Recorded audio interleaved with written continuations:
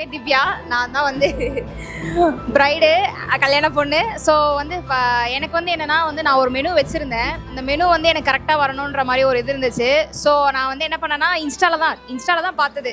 So இன்ஸ்டாவில் பார்த்துட்டு சரி நம்ம ஃபுட்டு சாப்பிட்டு போய் பார்ப்போம் அப்படின்னு சொல்லிட்டு ஒரு இடத்துல இன்வைட் பண்ணாங்க. நாங்கள் போய் சாப்பிட்டோம். எனக்கு ஃபுட்டை விட அவங்க எங்களை வந்து ஒரு நடத்தின அந்த விதம், அந்த சர்வீஸ் வந்து எனக்கு ரொம்ப பிடிச்சிருந்துச்சு. ஏன்னா வரவங்களை வந்துட்டு எந்த அளவுக்கு மதித்து சர்வ் பண்ணுறாங்களோ அதுதான். அவங்க வந்து எங்களை வந்து நாங்கள் ஒரு கெஸ்ட்டு அந்த மாதிரிலாம் எதுவுமே ட்ரீட் பண்ணாமல் இது வேணும் அது வேணும் அப்படின்னு சொல்லி எல்லாத்தையுமே கேட்டு பொறுமையாக எங்களுக்கு இது பண்ணாங்க.